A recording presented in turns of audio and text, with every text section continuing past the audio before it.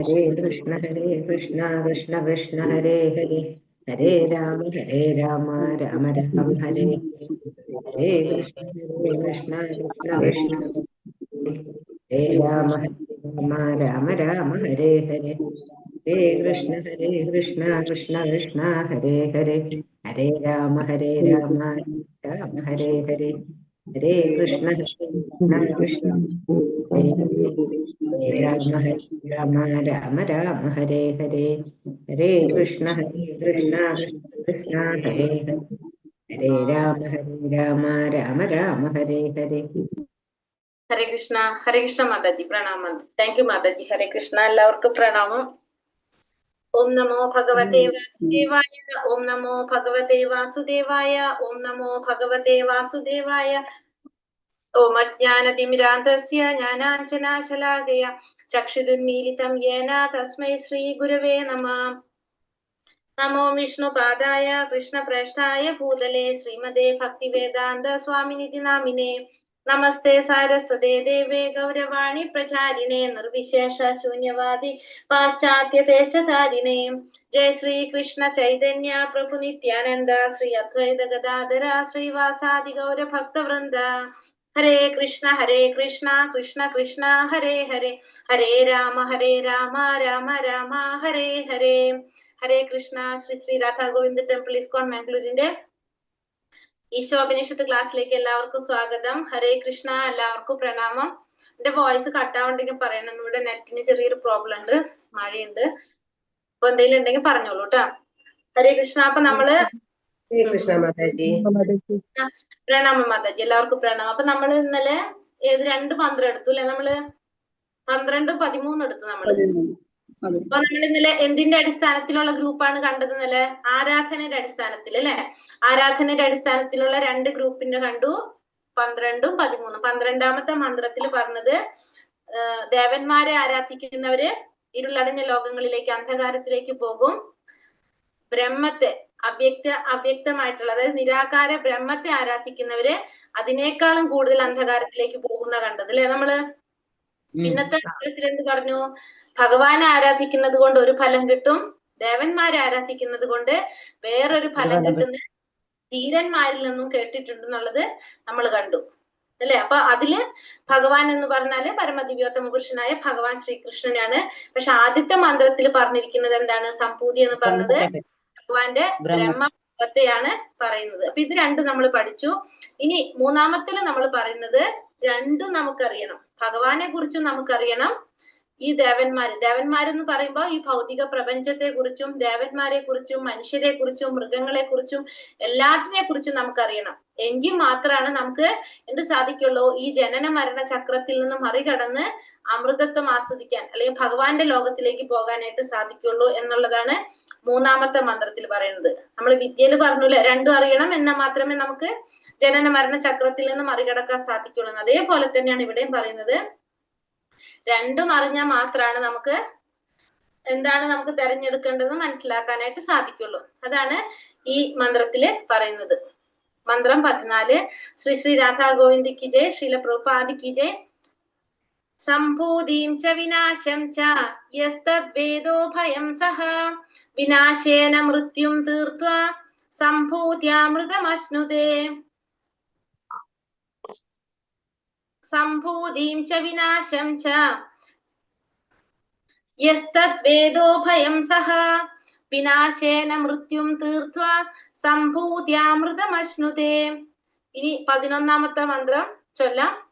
വിദ്യാം ച യസ്തദ്വേദോ ഭയം സഹ വിനാശേന, ഇവിടെ എന്താ? അവിദ്യാ മൃത്യും തീർത്വാ വിദ്യായാമൃതമശ്നുതേ.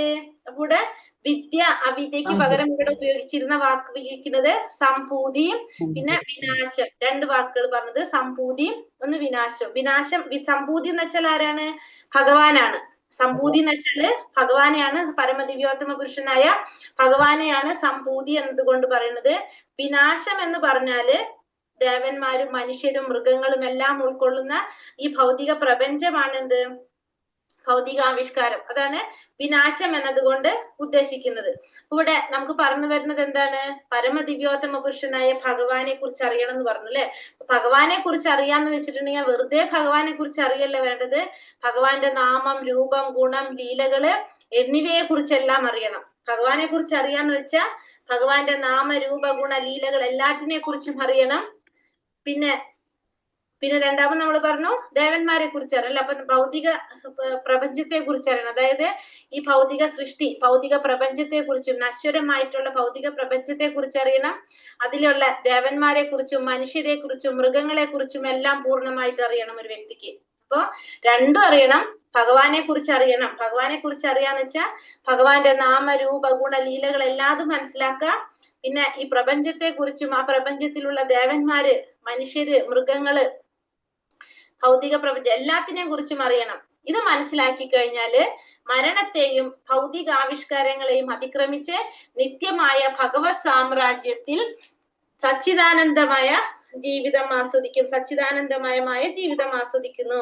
അപ്പൊ നമുക്ക് രണ്ടും അറിയണം. ഭഗവാനെ കുറിച്ചും അറിയണം, ഈ പ്രപഞ്ചത്തെ കുറിച്ചും അറിയണം. എങ്കിൽ മാത്രമേ നമുക്ക് എന്ത് സാധിക്കുള്ളൂ? സച്ചിദാനന്ദമയമായിട്ടുള്ള ആ ജീവിതം ആസ്വദിക്കാനായിട്ട് സാധിക്കുള്ളൂ എന്നുള്ളതാണ് 14ാമത്തെ മന്ത്രത്തിൽ പറയുന്നത്. മനസ്സിലായോ? 14ാമത്തെ മന്ത്രത്തിൽ പറയുന്നത് നമുക്ക് രണ്ടും അറിയണം. ഭഗവാനെ കുറിച്ചും അറിയണം, ദേവന്മാരെ കുറിച്ച്, ഭൗതിക പ്രപഞ്ചത്തെ കുറിച്ചും അറിയണം. അപ്പൊ ഭഗവാനെ കുറിച്ച് അറിയാന്ന് വെച്ച് കഴിഞ്ഞാല് ഭഗവാന്റെ നാമരൂപ ഗുണ ലീലകൾ എല്ലാതും അറിയണം. ഭൗതിക പ്രപഞ്ചത്തെ കുറിച്ചും ദേവന്മാരെ കുറിച്ചും മനുഷ്യരെ കുറിച്ചും മൃഗങ്ങളെ കുറിച്ചും എല്ലാം മനസ്സിലാക്കണം. എങ്കിൽ മാത്രമേ നമുക്ക് എന്ത് സാധിക്കുള്ളൂ? ഈ ജനന മരണ ചക്രത്തെ മറികടന്ന് അമൃതത്വം ആസ്വദിക്കാനായിട്ട്, അല്ലെങ്കിൽ സച്ചിദാനന്ദമയമായിട്ടുള്ള ജീവിതം ആസ്വദിക്കാൻ സാധിക്കുള്ളൂ എന്നാണ് 14ാമത്തെ മന്ത്രത്തിൽ പറയുന്നത്. മനസ്സിലായോ 14ാമത്തെ മന്ത്രം?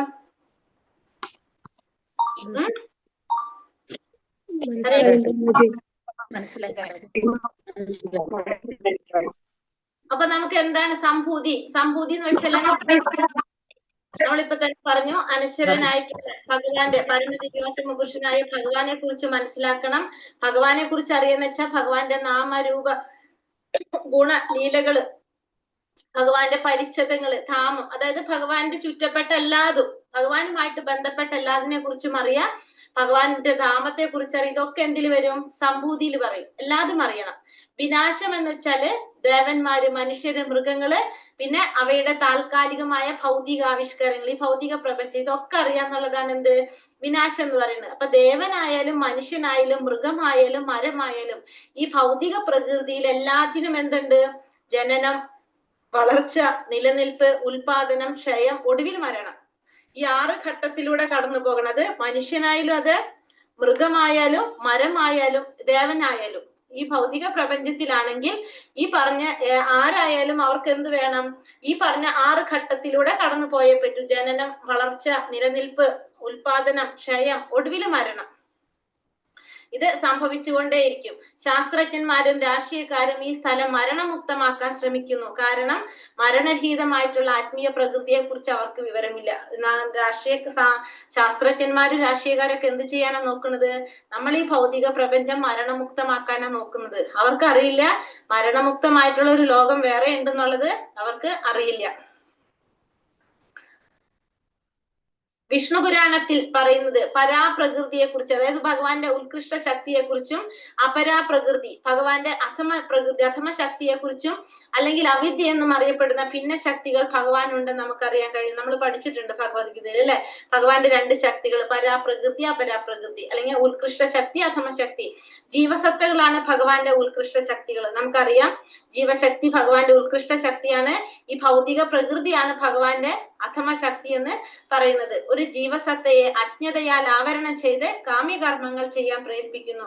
ഈ ഭൗതിക പ്രകൃതിയിലേക്ക് വരുമ്പോ ജീവാത്മാക്കൾ എന്താണ്? ഈ ഗുണങ്ങൾ ആവരണം ചെയ്തിട്ട് കാമ്യകർമ്മങ്ങൾ ചെയ്യാനായിട്ട് പ്രേരിപ്പിക്കുകയാണ് ചെയ്യുന്നത്. ഉയർന്ന ശക്തിയാണ്. ശാശ്വതവും മരണരഹിതവുമായ ഭഗവാന്റെ ധാമം എന്ന് പറയുന്നത് എവിടെയാണ്? ഉയർന്ന ശക്തി.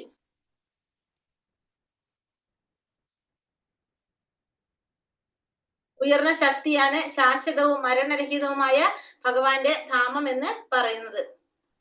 പരമദിവ്യോത്തമ പുരുഷനായ ശ്രീകൃഷ്ണനെ സമീപിക്കണമെങ്കിൽ കലർപ്പില്ലാത്ത ഭക്തിയുടെ സേവനം കൊണ്ടല്ലാതെ ജ്ഞാനം കൊണ്ടോ യോഗം കൊണ്ടോ കർമ്മം കൊണ്ടോ സാധിക്കില്ല. നമുക്കറിയാം ഭക്തിയിലൂടെ മാത്രമേ ഭഗവാനെ പ്രാപിക്കാനായിട്ട് സാധിക്കുള്ളൂ, അല്ലാതെ നമുക്ക് ഭഗവാനെ പ്രാപിക്കാനായിട്ട് സാധിക്കില്ല. കർമ്മികൾ സൂര്യൻ, ചന്ദ്രൻ എന്നിവർ ഉൾപ്പെടുന്ന സ്വർഗലോകങ്ങളിലേക്ക് ഉയർത്തപ്പെടുന്നു. നമുക്കറിയാവുന്നതാണ് അല്ലെ. കർമ്മം ചെയ്യുമ്പോൾ ഫലം ആഗ്രഹിച്ചുകൊണ്ട് കർമ്മം ചെയ്യുന്നു. കർമ്മികള് സൂര്യൻ, ചന്ദ്രൻ എന്നിവരെല്ലാം ഉൾപ്പെടുന്ന സ്വർഗലോകത്തിലേക്ക്, പുണ്യലോകത്തിലേക്കാണ് അവർ പോകുന്നത് ആ ചെയ്ത കർമ്മത്തിന്റെ ഫലം അനുഭവിക്കാനായിട്ട്. ജ്ഞാനികളും യോഗികളും ഇതിനേക്കാൾ ഉത്കൃഷ്ടമായ ലോകങ്ങളിൽ ആയിട്ടുള്ള മഹർലോകം, തപോലോകം, ബ്രഹ്മലോകം ഇവിടേക്കാണ് അവർ ഉയർത്തപ്പെടുന്നത്. അപ്പൊ ജ്ഞാനികളായിട്ടുള്ളവര്, യോഗികളായിട്ടുള്ളവരൊക്കെ എവിടെ പോകേണ്ടി വരും? അതിനേക്കാൾ ഉയർന്ന ലോകത്തില്, അതായത് മഹർലോകോ, തപോലോകോ, ബ്രഹ്മലോകോ അങ്ങനെയുള്ള ലോകങ്ങളിലേക്കാണ് അവര് ഉയർത്തപ്പെടുന്നത്. അവിടേക്ക് ഉയർത്തപ്പെടുന്നു. അവർ ഭക്തിയുടെ സേവനത്തിലൂടെ വീണ്ടും യോഗ്യത നേടിക്കഴിയുമ്പോൾ പ്രകാശമാനമായ ആത്മീയ വിഹായസിലോ വൈകുണ്ഠ ലോകങ്ങളിലോ അവർ ഓരോ വ്യക്തിയുടെ യോഗ്യതയ്ക്കനുസരിച്ച് പ്രവേശിക്കാൻ അനുവദിക്കപ്പെടുന്നു. അപ്പൊ അവരുടെ യോഗ്യതയ്ക്കനുസരിച്ച്, അപ്പൊ അവർ ആദ്യം എവിടേക്ക് പോകും? അവർ ചെയ്യുന്ന പ്രവൃത്തികളുടെ ഫലമായിട്ട് മഹർലോകം, തപർലോകം, തപോലോകം, ബ്രഹ്മലോകം ഈ ലോകങ്ങളിലേക്ക് വരും. അവിടെ ചെന്ന് അവർ വീണ്ടും ഭക്തിയുടെ സേവനം ചെയ്ത് യോഗ്യത നേടിക്കഴിഞ്ഞാൽ അവർക്ക് എവിടേക്ക് പോകാൻ സാധിക്കും? അവരുടെ യോഗ്യതയ്ക്കനുസരിച്ച് ഒന്നുകിൽ അവർക്ക് ഭഗവാന്റെ ബ്രഹ്മത്തിൽ ലയിക്കാൻ പറ്റും, ആത്മീയ വിഹാസം വെച്ചാൽ ബ്രഹ്മജ്യോതിയിൽ ലയിക്കാൻ പറ്റും, അല്ലെങ്കിൽ അവർക്ക് വൈകുണ്ഠ ലോകങ്ങളിലേക്ക് പോകാനായിട്ട് സാധിക്കും. അപ്പൊ ഓരോരുത്തരുടെയും യോഗ്യതയ്ക്കനുസരിച്ച് അവർക്ക് പ്രവേശിക്കാൻ സാധിക്കും. അപ്പോ നമ്മൾ എവിടെ ചെന്നാലും നമ്മൾ വെറുതെ ഇരിക്കുകയല്ല, നമ്മൾ അവിടെ ചെന്നാൽ എന്ത് ചെയ്തുകൊണ്ടിരിക്കുന്നു? ഭഗവാന്റെ സേവനം ചെയ്തുകൊണ്ടേയിരിക്കണം, ഭക്തിയുടെ സേവനം ചെയ്തുകൊണ്ടേയിരിക്കുക. അപ്പൊ നമുക്ക് അവിടെ നിന്ന് മുകളിലേക്ക് പോകാനായിട്ട് സാധിക്കും. ഭക്തിയുടെ സേവനത്തിൽ പരിശീലനം കൂടാതെ യാതൊരാൾക്കും ആധ്യാത്മിക ലോകമായ വൈകുണ്ഠത്തിൽ പ്രവേശിക്കാൻ സാധിക്കില്ല. അപ്പൊ വൈകുണ്ഠ ലോകത്തിലേക്ക് പോകണമെങ്കിൽ നമുക്ക് എന്ത് വേണം? ഭക്തിയുടെ സേവനം ചെയ്യണം. ഭക്തിയുടെ സേവനത്തിലൂടെ ഭക്തിയുടെ സേവനം ചെയ്ത് പരിശീലനം ലഭിച്ചാൽ മാത്രമേ ഒരാൾക്ക് എവിടേക്ക് പോകാൻ പറ്റുള്ളൂ? വൈകുണ്ഠ ലോകത്തിലേക്ക് പ്രവേശിക്കാനായിട്ട് സാധിക്കുള്ളൂ, അല്ലാതെ ഒരാൾക്കും സാധിക്കില്ല. അപ്പൊ സംഭൂതിയും വിനാശവും, സംഭൂതി എന്ന് വെച്ചാൽ ഭഗവാൻ, വിനാശം എന്ന് വെച്ചാൽ ഇവിടെ ക്ഷണികമായിട്ടുള്ള ആ ഭൗതികമായിട്ടുള്ള ആവിഷ്കാരം, പ്രപഞ്ചം ഒരുവൻ ശരിയായി മനസ്സിലാക്കണമെന്ന് ഈശോപനിഷത്തിലെ ഈ ശ്ലോകം, ഈ മന്ത്രം നമ്മളെ പഠിപ്പിക്കുന്നു. അപ്പൊ ഈശോപനിഷത്തിൽ ഈ മന്ത്രം നമ്മളെ പഠിപ്പിക്കുന്നത് സംഭൂതിയെ കുറിച്ചും വിനാശത്തെ കുറിച്ചും രണ്ടും നമുക്ക് മനസ്സിലാക്കണം എന്നാണ് ഇവിടെ പറയുന്നത്. താൽക്കാലികമായ ഭൗതിക ആവിർഭാവങ്ങളെ മാത്രം മനസ്സിലാക്കി ഒരാൾക്ക് തന്നെ സംരക്ഷിക്കാനാവില്ല. കാരണം പ്രകൃതിയുടെ ഗതിയിൽ ഓരോ നിമിഷവും വിനാശം നടക്കുന്നു. താൽക്കാലികമായ ഭൗതിക ആവിർഭാവങ്ങളെ മാത്രം മനസ്സിലാക്കിയിട്ട് ഒരാൾക്ക് തന്നെ സംരക്ഷിക്കാൻ സാധിക്കില്ല. പ്രകൃതിയുടെ ഗതിയിൽ ഓരോ നിമിഷവും എന്ത് നടന്നുകൊണ്ടിരിക്കുകയാണ്? വിനാശം നടന്നുകൊണ്ടിരിക്കുകയാണ്. അതുകൊണ്ട് നമുക്ക് രണ്ടും മനസ്സിലാക്കണം. സത്യത്തെ നാം ഇഷ്ടപ്പെടുന്നോ ഇല്ലയോ എന്നത് കാര്യമില്ല, സത്യം അതായി തന്നെ നിലനിൽക്കുന്നു. തുടർച്ചയായ ജനന മരണങ്ങളിൽ നിന്ന് രക്ഷപ്പെടണമെന്നുണ്ടെങ്കിൽ ഈശ്വരനായുള്ള ഭക്തിയുടെ സേവനം നാം ചെയ്യേണ്ടതുണ്ട്. ഇവിടെ പൊരുത്തപ്പെടലിന് സ്ഥാനമില്ല, കാരണം അത് ആവശ്യമാണ്. അപ്പൊ സത്യത്തെ നമ്മൾ ഇഷ്ടപ്പെടുന്നുണ്ടോ ഇല്ല എന്നുള്ളതല്ല കാര്യം, സത്യം എപ്പോഴും സത്യം തന്നെ ആയിട്ടാണ് നിലനിൽക്കുന്നത്. അപ്പൊ നമ്മൾ എന്ത് ചെയ്യണം? തുടർച്ചയായ ജനന മരണങ്ങളിൽ നിന്ന് രക്ഷപ്പെടുന്നുണ്ടെങ്കിൽ ഭക്തിയുടെ സേവനം ചെയ്യാന്നുള്ളതാണ് പറയുന്നത്. ഭക്തിയുടെ സേവനം ചെയ്താൽ മാത്രമേ ഈ ജനന മരണത്തിൽ നിന്ന് നമുക്ക് രക്ഷപ്പെടാനായിട്ട് സാധിക്കുള്ളൂ. അത്രയാണ് നമ്മുടെ ഈ 14ാമത്തെ മന്ത്രത്തിൽ പറയുന്നത്. അപ്പൊ നമ്മൾ 2ാമത്തെ സെക്ഷൻ ഗ്രൂപ്പ് നമ്മൾ പറഞ്ഞു, ഇപ്പൊ 3 പഠിച്ചു. എന്താണ്? ആരാധനയുടെ അടിസ്ഥാനത്തിൽ അല്ലെ, ആരാധനയുടെ അടിസ്ഥാനത്തിലാണ് ഗ്രൂപ്പ് വന്നത്. ഇവിടെ നമ്മൾ 3 പറഞ്ഞു. ആദ്യത്തിൽ നമ്മൾ പറഞ്ഞു ദേവന്മാരെ ആരാധിക്കുന്നവര് ദേവന്മാരുടെ ലോകത്തിലേക്ക് പോകും അല്ലെ, ഇരുളടഞ്ഞ ലോകങ്ങളിലേക്ക് പോകും. പിന്നെ ഭഗവാന്റെ ആ ബ്രഹ്മത്തെ ആരാധിക്കുന്നവര് അതിനേക്കാളും ഇരുട്ടിലേക്ക് പോകുന്നത് കണ്ടു. പിന്നത്തെ മന്ത്രത്തിൽ നമ്മൾ പറഞ്ഞു ദേവന്മാരെ ആരാധിക്കുന്നത് കൊണ്ട് ഒരു ഫലം, ഭഗവാൻ ആരാധിക്കുന്നത് കൊണ്ട് വേറൊരു ഫലമാണെന്ന് നിന്ന് കേട്ടിട്ടുണ്ട്. എന്താണ് ഫലം? രണ്ടിന്റെ ഫലം എന്തായിരിക്കും? ദേവന്മാരെ ആരാധിച്ചാൽ ദേവന്മാരുടെ ലോകത്ത് പോകും, ഭഗവാൻ ആരാധിക്കുന്നവര് ഭഗവാന്റെ ലോകത്ത് പോകും, അതായത് ജനന മരണത്തിൽ നിന്ന് രക്ഷപ്പെടാൻ സാധിക്കും. 3ാമത്തെ മന്ത്രത്തിൽ പറഞ്ഞു ഭഗവാനെ കുറിച്ചും അറിയണം, ദേവന്മാരെ കുറിച്ച് അറിയണം. ഭഗവാനെ കുറിച്ച് അറിയാന്ന് വെച്ചാൽ ഭഗവാന്റെ നാമരൂപ ഗുണ ലീലകളെ കുറിച്ച് മനസ്സിലാക്കണം. പിന്നെ ഭൗതിക പ്രപഞ്ചത്തെ കുറിച്ചും ദേവന്മാരെ കുറിച്ചും മനുഷ്യരെ കുറിച്ചും മൃഗങ്ങളെ കുറിച്ചും അറിയണം.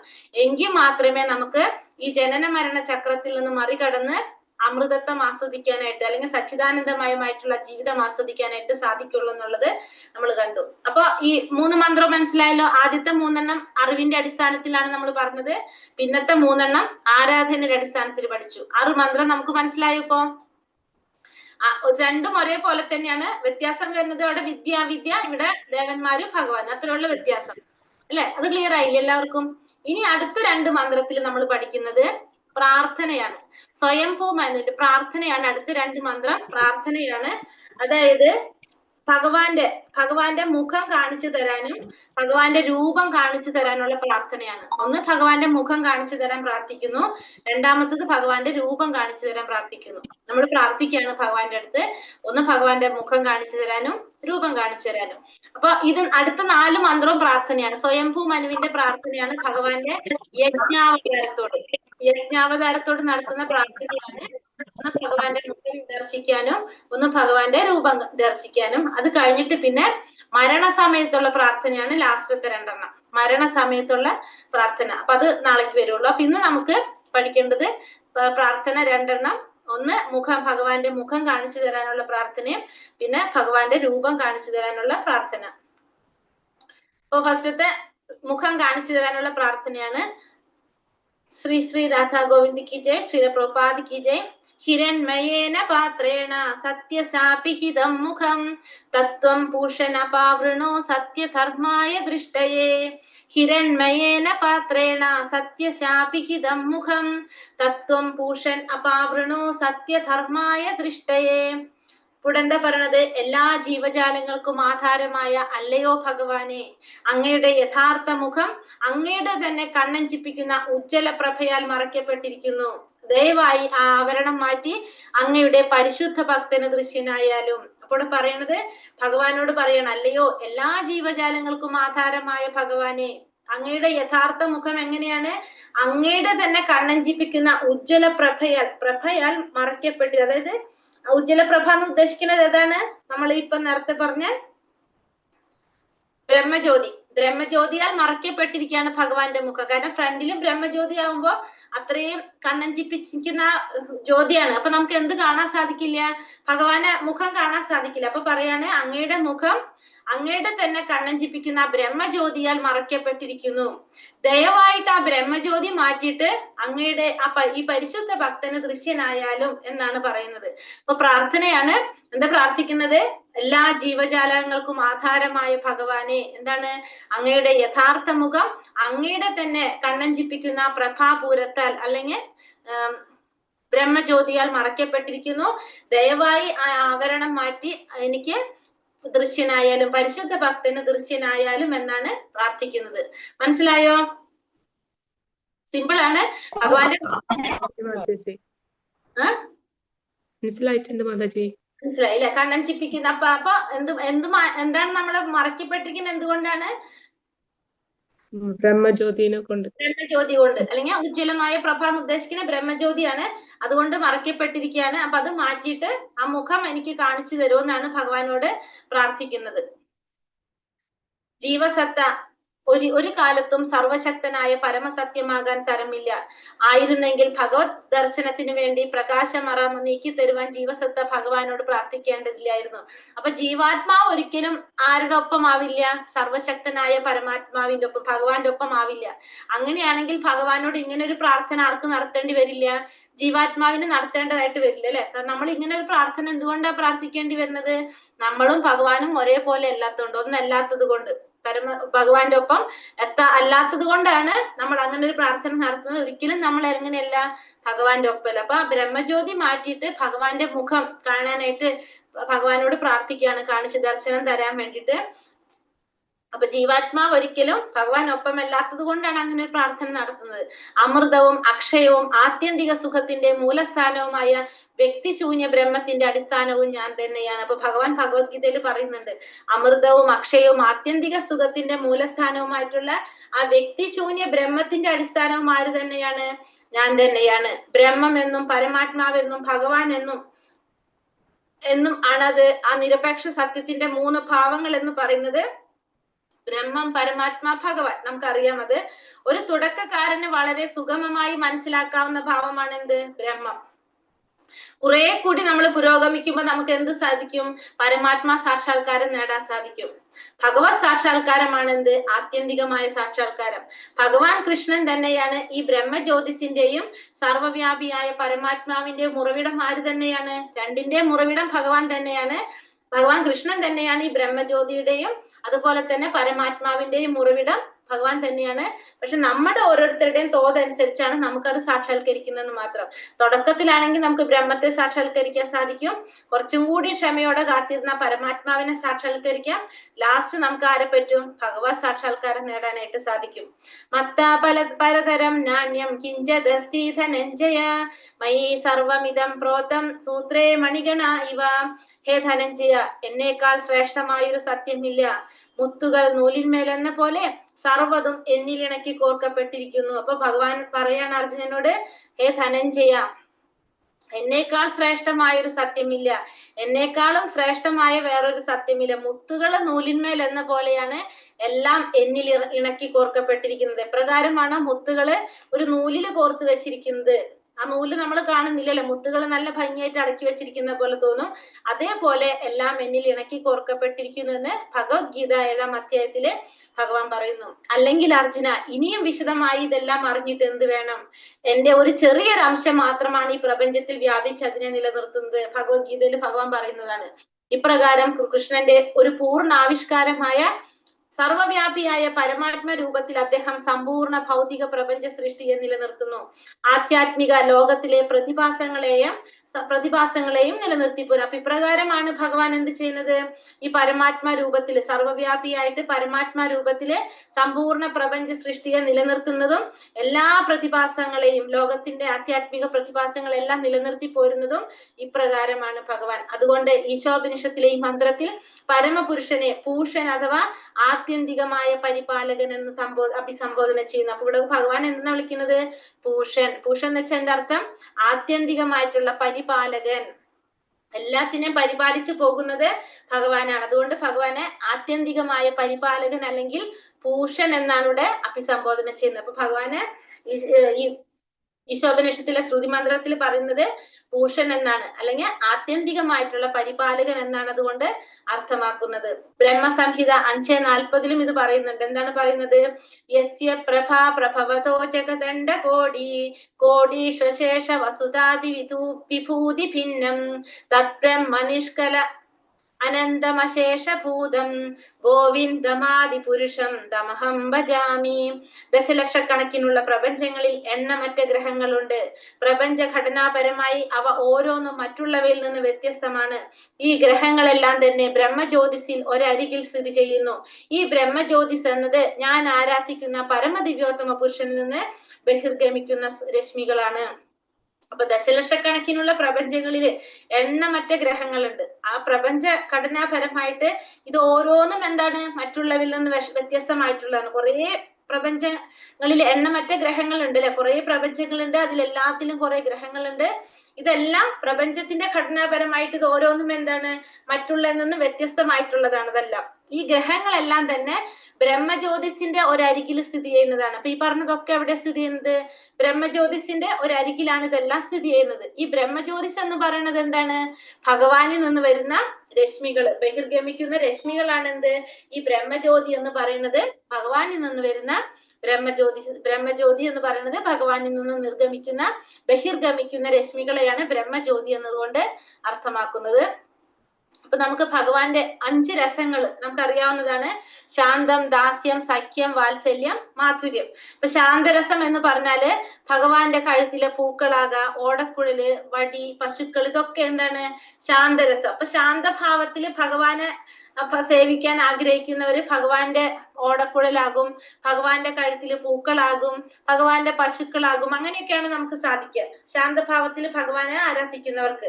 ദാസ്യഭാവത്തിൽ ഭഗവാനെ ആരാധിക്കുന്നവരാണെങ്കിൽ ചിത്രക, പത്രക, രക്തക തുടങ്ങിയ സേവകന്മാരാകും. അതൊക്കെ പേരുകളാണ് ആ സേവകരുടെ. ചിത്രക, പത്രക, രക്തക എന്നൊക്കെ പറഞ്ഞ സേവകരായിട്ട് മാറാം. സാഖ്യഭാവത്തിലാണ് ഭഗവാൻ ആരാധിക്കുന്നത്. ബലദേവനെ പോലെ അല്ലെങ്കിൽ ശ്രീരാമനെ പോലെ സുദാമയെ പോലുള്ള ഭഗവാന്റെ കൂട്ടുകാരാകാൻ പറ്റും.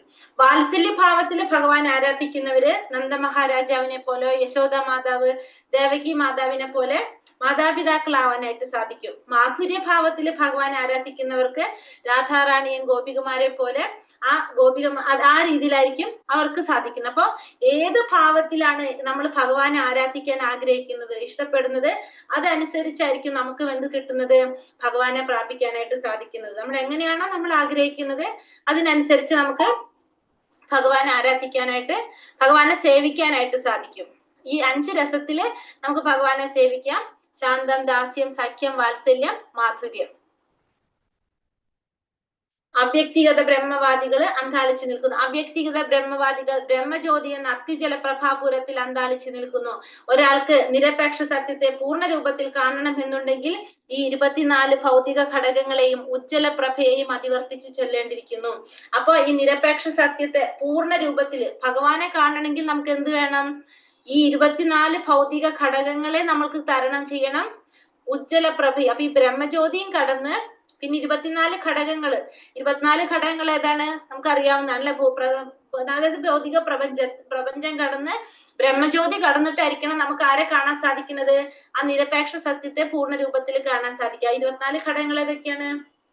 പഞ്ചഭൂതങ്ങള്, ഭൂമി, ജലം, അഗ്നി, വായു, ആകാശം, പിന്നെ കർമ്മേന്ദ്രിയങ്ങള്, ജ്ഞാനേന്ദ്രിയങ്ങള്, ഇന്ദ്രിയ വിഷയങ്ങള്, പിന്നെ ഏതാണ്?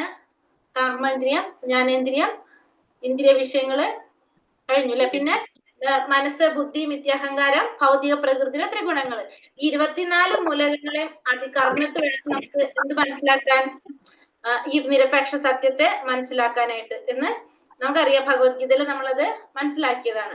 ഭഗവത്ഗീത 14:27, ബ്രഹ്മസംഹിത 5:40, മുണ്ടോകോപനിഷത്തില് 2:2, 10 മുതൽ 12 വരെ ഇതിൽ ബ്രഹ്മജ്യോതിയെ പറ്റി വിവരിച്ചിരിക്കുന്നു. അപ്പൊ ബ്രഹ്മജ്യോതിസ് എന്ന് പറയുന്നത് നമുക്ക് എന്തിനെ പറയണ? ബ്രഹ്മജ്യോതി എന്ന് വെച്ചാൽ അത്യുജ്വല പ്രഭാപുരം, അതായത് ഭഗവാന്റെ ആ ജ്യോതിസ്, അതിനെ കുറിച്ച് പറയുന്നതാണ് ഇതിലൊക്കെ. ഹരേ കൃഷ്ണ. അത്രയുള്ള നമ്മുടെ ഈ 15-ാമത്തേല് പറയുന്നത്. അപ്പൊ 15-ാമത്തെ മന്ത്രത്തിൽ എന്താണ് നമ്മൾ പ്രാർത്ഥിക്കുന്നത്? ഭഗവാന്റെ ആ ബ്രഹ്മജ്യോതി മാറ്റിയിട്ട് ഭഗവാന്റെ മുഖം ദർശിക്കാനായിട്ട് നമുക്ക് സാധിക്കണേ എന്നാണ് പ്രാർത്ഥിക്കുന്നത്. മനസ്സിലായത്? ഇനി അടുത്തത് 16-ാമത്തത് പറയുന്നത് ഇനി ഭഗവാന്റെ രൂപം കാണിക്കാനായിട്ട് അല്ലെ, ഭഗവാന്റെ മുഖം ദർശിക്കാനായിട്ട് പറഞ്ഞു. ഇനി അടുത്തത് ഭഗവാന്റെ രൂപം ദർശിക്കാനായിട്ടുള്ള പ്രാർത്ഥനയാണ് നമ്മളെ 16-ാമത്തതില് പറയുന്നത്. ശ്രീ ശ്രീ രാധാ ഗോവിന്ദ് കി ജയ്, ശില പ്രഭുപാദ് കി ജയ്. പൂഷണ്ണേ കർഷേയമ സൂര്യ പ്രജാപത്യ വ്യൂഹരശ്മിൻ സമൂഹ തേജോ യത്തെ രൂപ കല്യാണതമം തത്തേ പശ്യാമിയോ സാവസൗ പുരുഷ സോഹമസ്മി. പൂഷണ്ണേ കർഷയമ സൂര്യ പ്രജാപത്യ വ്യൂഹരശ്മിൻ സമൂഹ തേജോ യത്തെ രൂപ കല്യാണതമം തത്തേ പശ്യാമിയോ സാവസൗ പുരുഷ സോഹമസ്മി. ഇവിടെ എന്താ പറയുന്നത്? ഭഗവാന്റെ രൂപം കാണിക്കാനുള്ള ഭഗവാനോടുള്ള പ്രാർത്ഥനയാണ്. അപ്പൊ ഭഗവാന്റെ രൂപം, ഭഗവാൻ നമ്മളെ മുന്നിൽ പ്രത്യക്ഷനാകാനാണ് നമ്മൾ ആവശ്യപ്പെടുന്നത്. അപ്പൊ വെറുതെ ചെന്നിട്ട് പ്രത്യക്ഷപ്പെടാൻ പറയാൻ പറ്റില്ല. ആദ്യം ഭഗവാനെ നമ്മൾ എന്ത് ചെയ്യണം? കീർത്തിക്കണം. അതാണ് നമ്മൾ ആദ്യം ചെയ്യേണ്ടത്. ഭഗവാനെ കീർത്തിച്ചിട്ട് വേണം നമ്മൾ ആവശ്യപ്പെടാൻ. അപ്പൊ ആദ്യം ഭഗവാനെ കീർത്തിക്കാണ്. പ്രഭോ ആദിദാർശനിക, പ്രപഞ്ചത്തിന്റെ രക്ഷക, സർവനിയാമക തത്വമേ, ശുദ്ധ ഭക്തന്മാരുടെ ലക്ഷ്യസ്ഥാനമേ, മാനവരാശിയുടെ പൂർവ്വപിതാക്കളുടെ ശുഭകാംക്ഷി, അവിടത്തെ ആനന്ദപൂർണമായ രൂപം എനിക്ക് ദർശിക്കുന്നതിന് വേണ്ടി അവിടത്തെ അതീന്ദ്രിയ കിരണങ്ങളുടെ പ്രഭാപൂരത്തെ നീക്കി തന്നാലും. അപ്പൊ ഇവിടെയും പറഞ്ഞ എന്താണ്? ബ്രഹ്മജ്യോതി മാറ്റിയിട്ട് ഭഗവാന്റെ ആ ആനന്ദപൂർണമായിട്ടുള്ള രൂപം എനിക്ക് കാണിച്ചു തരണേന്നാണ് പ്രാർത്ഥിക്കുന്നത്. ആ പ്രാർത്ഥിക്കുന്നതിന് മുന്നേ ഭഗവാൻ എന്ത് ചെയ്യാണ്? കീർത്തിക്കാണ് ചെയ്യുന്നത്. ആദിദർശനിക, പ്രപഞ്ചത്തിന്റെ രക്ഷക, സർവനിയാമക തത്വമേ, ശുദ്ധ ഭക്തന്മാരുടെ ലക്ഷ്യസ്ഥാനമേ, മാനവരാശിയുടെ പൂർവ്വപിതാക്കളുടെ ശുഭകാംക്ഷി. എന്ത് വേണം? അവിടത്തെ ആനന്ദപൂർണമായിട്ടുള്ള ആ രൂപം ദർശിക്കുന്നതിന് വേണ്ടി അവിടത്തെ തന്നെ ആ ബ്രഹ്മജ്യോതി, ആ കിരണങ്ങളുടെ പ്രഭാപൂരത്തെ നീക്കി തന്നാലും. സർവേശ്വരനായ അങ്ങയോട് എനിക്കുള്ള ബന്ധം സൂര്യനോടുള്ള ബന്ധം പോലെയാണ്. അപ്പൊ അങ്ങയോടുള്ള ബന്ധം എങ്ങനെയാണ്? സൂര്യനോടുള്ള ബന്ധം പോലെയാണ് എന്നാണ് ഇവിടെ പറഞ്ഞത്. അപ്പൊ ഭഗവാന്റെ രൂപം കാണാനുള്ള പ്രാർത്ഥനയാണ്. പ്രാർത്ഥിക്കുന്നതിന് മുമ്പ് കീർത്തിച്ചിട്ടാണ് പറയുന്നത് എന്ന് മാത്രം. അപ്പൊ ആദിദർശനിക, പ്രപഞ്ച രക്ഷക, സർവനിയാമക തത്വമേ, ശുദ്ധ ഭക്തന്മാരുടെ ലക്ഷ്യസ്ഥാനമേ, മാനവരാശിയുടെ പൂർവ്വപിതാക്കളുടെ ശുഭകാംക്ഷി, അവിടത്തെ ആനന്ദപൂർണമായ രൂപം എനിക്ക് ദർശിക്കുന്നതിന് വേണ്ടി അവിടത്തെ അതീന്ദ്രിയ കിരണങ്ങളുടെ പ്രഭാപൂരത്തെ നീക്കി തന്നാലും സർവേശ്വരനായ അങ്ങയോട് എനിക്കുള്ള ബന്ധം സൂര്യനോടുള്ള ബന്ധം പോലെയാണ് എന്നാണ് ഇവിടെ പറയുന്നത്. അപ്പൊ അങ്ങനെയാണ് അപ്പൊ ഇവിടെ പ്രാർത്ഥിക്കുന്നത്. സൂര്യനോടുള്ള ബന്ധം അത് നോക്കാം. അപ്പൊ ഇവിടെ എന്താ പറയണത്? ആദിദർശികനെന്നും പരിപാലകനെന്നും പ്രപഞ്ചത്തിന്റെ ഹിതകാരി എന്നും സംബോധന ചെയ്യപ്പെടുന്നതിനാൽ പരമസത്യം നിരാകാരനാകാൻ സാധ്യതയില്ല. അപ്പൊ ഭഗവാൻ ഒരു ആകാരമുണ്ട്, ഭഗവാൻ ഒരു രൂപമുണ്ട് എന്ന് ഉറപ്പിക്കുന്ന ഒരു മന്ത്രമാണ് ഇത് ഈ മന്ത്രം. അപ്പൊ ആദിദർശനികനാണ് ഭഗവാൻ, പരിപാലകനാണ് ഭഗവാൻ, പ്രപഞ്ചത്തിന്റെ ഹിതകാരി എന്ന് ഭഗവാനെ സംബോധന ചെയ്യുമ്പോ നമുക്ക് എന്ത് മനസ്സിലാക്കാം? ആ പരമസത്യം ഒരിക്കലും എന്തല്ല, നിരാകാരനല്ല. പൂഷൻ എന്ന വാക്ക് സവിശേഷ പ്രാധാന്യം അർഹിക്കുന്നു. കാരണം ഭഗവാൻ എല്ലാ ജീവജാലങ്ങളുടെയും പാലകനാണെങ്കിലും അവിടുത്തെ ഭക്തർക്ക് പ്രത്യേക പരിരക്ഷ ലഭിക്കുന്നു. അവിടുത്തെ അകാരണമായ ദയാവായ്പിനാൽ ഭക്തൻ ഭഗവാനെ നേരിട്ട് ദർശിക്കുന്നു. അപ്പോൾ ഇവിടെ പറയുന്നത്, പൂഷൻ എന്ന വാക്ക് പറയുന്നത് എല്ലാ ജീവജാലങ്ങളുടെയും പാലകനാണ് ഭഗവാൻ, പരിപാലകനാണ് ഭഗവാന്റെ ഭക്തന്മാർക്ക് പ്രത്യേകം പരിരക്ഷ ആര് നൽകും? ഭഗവാൻ നൽകും. അപ്പൊ എല്ലാവരുടെയും പരിപാലകനാണ്, പക്ഷെ ഭക്തന്മാർക്ക് പ്രത്യേക പരിരക്ഷ ഭഗവാൻ നൽകും. അവിടുത്തെ അകാരണമായ ദയാവായ്പിനാൽ ഭക്തൻ ഭഗവാനെ നേരിട്ട് ദർശിക്കുന്നു. അപ്പൊ ഭഗവാന്റെ അകാരണമായ ദയാവായ്പ് കൊണ്ട് ഒരു ഭക്തൻ എന്ത് സാധിക്കും?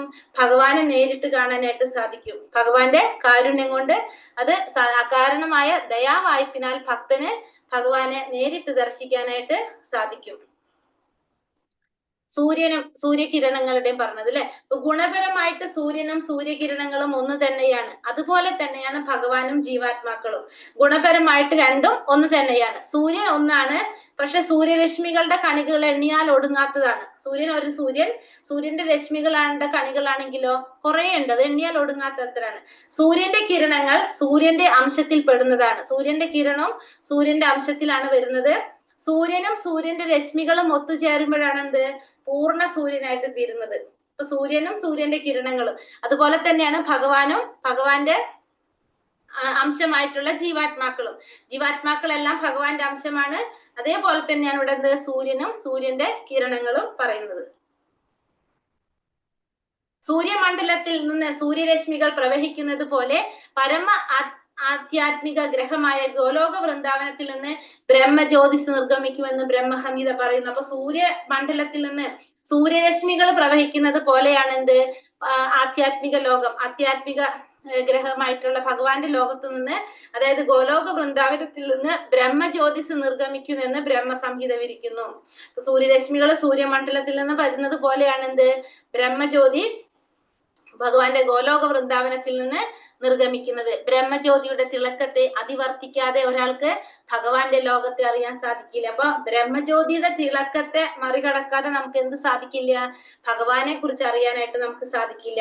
ആ ബ്രഹ്മജ്യോതിയുടെ അത്യുജ്വല പ്രഭയാൽ കണ്ണഞ്ചിപ്പിച്ച് നിരാകാര ദാർശനികന് ഭഗവാന്റെ യഥാർത്ഥ രൂപമോ ധാമമോ ഗോചരമാവുകയില്ല. അപ്പൊ ഈ ബ്രഹ്മജ്യോതിയുടെ അത്യുജ്വലമായിട്ടുള്ള പ്രഭ കാരണം കൊണ്ട് നമ്മളെ കണ്ണഞ്ചിച്ച് നമ്മൾ എന്താണ് കണ്ണിലേക്ക് ഇങ്ങനെ അടിക്കുന്നു പറഞ്ഞത്, കണ്ണ് ചിമ്മണ പോലെ അത്രയും പ്രഭയാണ് എന്ത്? ഈ ബ്രഹ്മജ്യോതിക്ക്. അപ്പൊ അതുകൊണ്ട് തന്നെ നമുക്ക് അവിടെ എന്ത് കാണാൻ സാധിക്കില്ല? ഭഗവാന്റെ ആ നിരാകാരം, ഭഗവാന്റെ യഥാർത്ഥ രൂപോ ധാമോ ഒന്നും നമുക്ക് കാണാനായിട്ട് സാധിക്കില്ല. ആ ബ്രഹ്മജ്യോതി മാറ്റിയാൽ മാത്രമേ നമുക്ക് എന്ത് സാധിക്കുള്ളൂ? ഭഗവാന്റെ രൂപോ അല്ലെങ്കിൽ ഭഗവാന്റെ ധാമോ ഒക്കെ കാണാൻ സാധിക്കുള്ളൂ. കാരണം ഈ ബ്രഹ്മജ്യോതിയാണ് ഫ്രണ്ടിൽ നിൽക്കുന്നത്, അതിന്റെ ബാക്കിലാണ് എന്ത്? ഭഗവാന്റെ ധാമം ഉള്ളത്. അപ്പൊ ആ പ്രകാശം പോയാൽ മാത്രമേ നമുക്ക് ഭഗവാന്റെ രൂപോ അല്ലെങ്കിൽ ഭഗവാന്റെ ധാമോ ഒക്കെ നമുക്ക് കാണാനായിട്ട് സാധിക്കുള്ളൂ, അല്ലെങ്കിൽ നമുക്കത് ഗോചരമാവില്ല.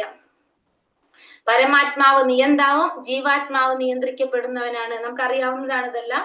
പരമാത്മാവ് എന്ന് വെച്ചാൽ നിയന്താവാണ്, ജീവാത്മാവ് നിയന്ത്രിക്കപ്പെടുന്നവനാണ്.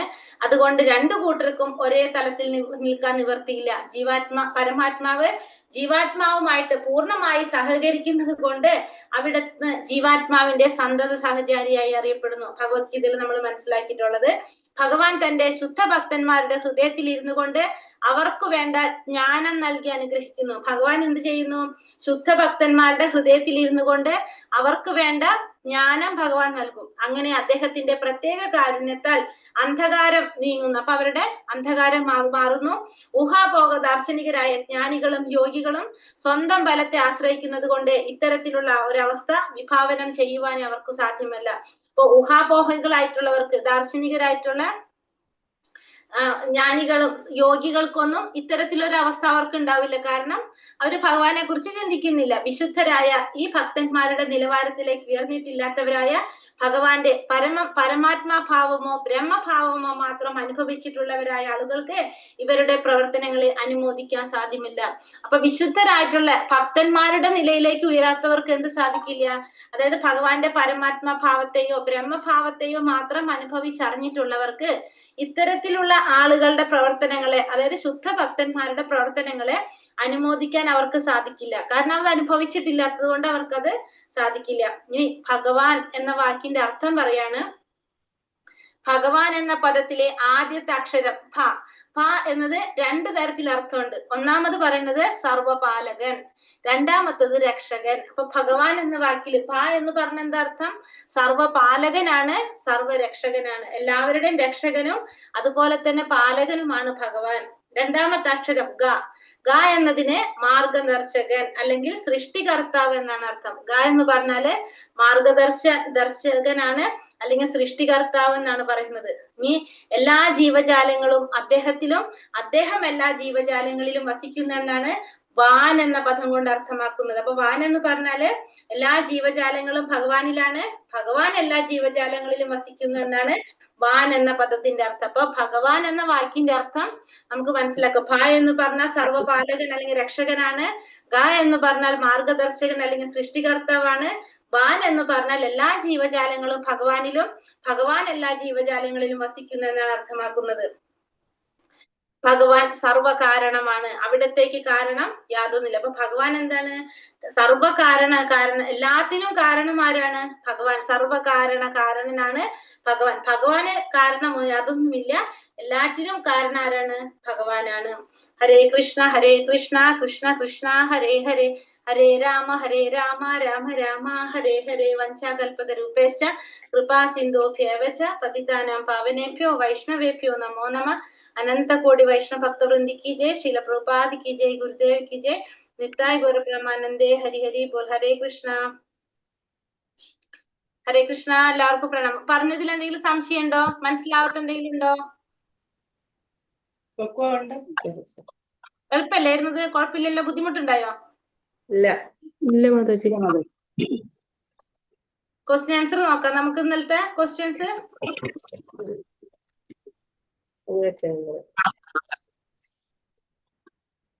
ഇന്നലത്തെ ഇട്ടിട്ടുണ്ടല്ലോ അല്ലെ നമ്മള്?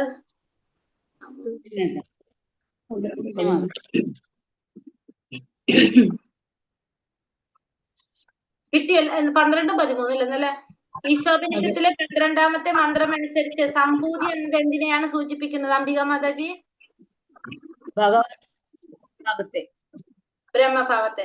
ദേവന്മാരെ ഉപാസിക്കുന്നവർ എവിടേക്കാണ് എത്തിച്ചേരുന്നതാണ് മന്ത്രം 12 പറയുന്നത്? ഗീതു മാതാജി?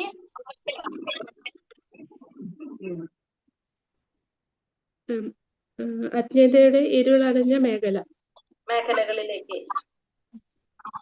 നിരാകാര നിരപേക്ഷതയെ ആരാധിക്കുന്നവരുടെ അവസ്ഥ എന്താണ്? വനജ മാതാജി മ്യൂട്ട്. കനത്ത ഇരുട്ടിൽ പ്രവേശിക്കുന്നു. അസംഭൂതി എന്നതുകൊണ്ട് ഉദ്ദേശിക്കുന്നത് ആരെയാണ് വനജ മാതാജി? സ്വതന്ത്രമായ നിലയിൽ എല്ലാത്തവരെയും ദേവന്മാരെ, സ്വതന്ത്രമായ നിലനിൽപ്പില്ലാത്തവര്. പരമസത്യത്തെ എത്ര ഭാവങ്ങളിൽ സാക്ഷാത്കരിക്കാം വസന്ത മാതാജി? 3 ഭാവങ്ങളിൽ. ഭഗവത്ഗീത അനുസരിച്ച് ദേവന്മാരെ ആരാധിക്കുന്നത് ആരാണ് ശശീന്ദ്ര മാതാജി? ഭൗതിക അഭിലാഷങ്ങളാൽ ബുദ്ധി നശിച്ചവര്. പ്രപഞ്ചത്തെ എന്തിനോടാണ്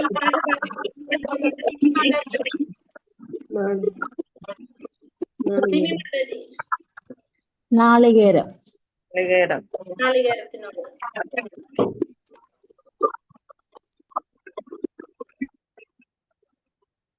അടുത്തത് പ്രപഞ്ചത്തിനുള്ളിൽ അന്ധകാരത്തിന് പ്രകാശം നൽകുന്നത് ആരാണ്? സിമി മാതാജി കഴിഞ്ഞ സുജാത മാതാജി. സൂര്യനും ചന്ദ്രനും. സൂര്യനും ചന്ദ്രനും. യഥാർത്ഥ ആചാര്യന്മാർ എപ്പോഴും ഏത് അടിസ്ഥാനത്തിലാണ് സംസാരിക്കുന്നത്? സുനന്ദ മാതാജി. വേദസാഹിത്യങ്ങളിലൂടെ. വേദസാഹിത്യങ്ങളുടെ അടിസ്ഥാനത്തിൽ. വൃക്ഷത്തിന്റെ വേരിൽ വെള്ളം ഒഴിക്കുന്നത് എന്തിനെയാണ് സൂചിപ്പിക്കുന്നത്? ഉഷ മാതാജി. ഉഷ മാതാജി. ഉഷ നന്ദകുമാർ മാതാജി. ഇലകൾ നനയ്ക്കുന്നത്. ഭഗവാന്റെ സേവനത്തിൽ ഏർപ്പെടുന്ന ബുദ്ധിമാന്മാരെ എന്ത് വിളിക്കുന്നു? ഇലകൾ നനയ്ക്കുന്നതല്ലല്ലോ മാതാജി, ഭഗവാനെ ആരാധിക്കുന്നതല്ലേ? ഭഗവാനെ ആരാധിക്കുന്നതല്ലേ മാതാജി? ഭഗവാനെ ആരാധിക്കുന്നതെന്നല്ലേ ശരി? ഒരു മിനിറ്റ്. സോറി, ഇലകൾ നനയ്ക്കുന്നത് ആൻസർ പറഞ്ഞത് അല്ലെ? വൃക്ഷത്തിന്റെ വേരിൽ വെള്ളം ഒഴിക്കുന്നത് എന്തിനെയാണ് സൂചിപ്പിക്കുന്നത്? ഭഗവാനെ ആരാധിക്കുന്നത് എന്നാണ് എഴുതിയത്. വിശ്വാസത്തിൽ വിടുക. ഇലകൾ നനയ്ക്കുന്നത് ഒട്ടും വരില്ല മാതാജി. ഇലകൾ നനയ്ക്കുന്നത് എങ്ങനെ പറയാൻ പറ്റും നമുക്ക് അവിടെ? വൃക്ഷത്തിന്റെ വേരിൽ വെള്ളം ഒഴിക്കുന്നത് എന്തിന്റെ അടിസ്ഥാനത്തിൽ ഇലകൾ നനയ്ക്കുന്നത്? വൃക്ഷം വന്നപ്പോ ഇല ചിന്തിച്ച് പറഞ്ഞിട്ടുണ്ടാവും അല്ലെ? എനിക്ക് കൺഫ്യൂസ് ആയത് രേഷ്ണ ഭഗവാനെ ആരാധിക്കുന്നത് നമ്മൾ പറഞ്ഞില്ലേ? നമ്മൾ രണ്ട് ഉദാഹരണം പറഞ്ഞല്ലോ. ഒരു വൃക്ഷത്തിന്റെ പറഞ്ഞു, പിന്നെ ആമാശയത്തിന്റെ പറഞ്ഞിട്ടുണ്ടായിരുന്നു അല്ലെ? ആമാശയത്തിൽ എല്ലാ ഭാഗത്തേക്ക് എത്തുന്ന പോലെ ഇട്ടും. ഭഗവാന്റെ സേവനത്തിൽ ഏർപ്പെടുന്ന ബുദ്ധിമാന്മാരെ എന്താണ് വിളിക്കുന്നത്? അംബിക മാതാജി.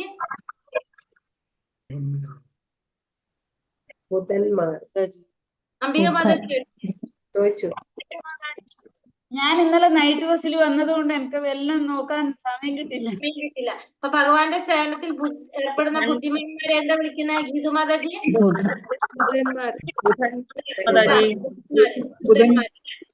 ഭഗവാനെ ആരാധിക്കുന്നത്. അർജുനൻ ഭഗവാനെ എങ്ങനെയാണ് ആരാധിച്ചത്? വനജ മാതാജി. യുദ്ധം ചെയ്തുകൊണ്ട്. യുദ്ധം ചെയ്തുകൊണ്ട്. പൂർണ്ണ അഭിജ്ഞൻ എന്ന് വിളിക്കാൻ കാരണം എന്താണ്? വനജ മാതാജി. അദ്ദേഹം സർവ്വവ്യാപി ആയതിനാൽ. പൂർണ്ണാഭിജ്ഞൻ അതല്ല. പൂർണ്ണാഭിജ്ഞൻ എന്ന് വെച്ചാൽ സർവ്വവ്യാപി. എന്നിവ അറിയുന്നതിനാൽ. അതായത് ഭൂതം ഭാവി വർത്തമാനം എല്ലാം അറിയുന്നത് കൊണ്ടാണ് പൂർണ്ണാഭിജ്ഞൻ എന്ന് പറയുന്നത് കേട്ടോ. എല്ലാം അറിയുന്നത് കൊണ്ട്. ഭൗതിക ലോകത്തിന്റെ പ്രശ്നങ്ങളിൽ നിന്ന് മോചനം എങ്ങനെ നേടാൻ സാധിക്കും? വസന്ത മാതാജി. ഭഗവാന്റെ സാമ്രാജ്യത്തിൽ എത്തിച്ചേർന്ന എല്ലാ പ്രശ്നവും തീരുന്നവിടെ. ഭക്തിയുടെ സേവനത്തിലൂടെ മനസ്സ് എങ്ങനെയായിട്ട് മാറും? ഭക്തിയുടെ സേവനത്തിലൂടെ മനസ്സ് എങ്ങനെയായിട്ട് മാറുന്നു?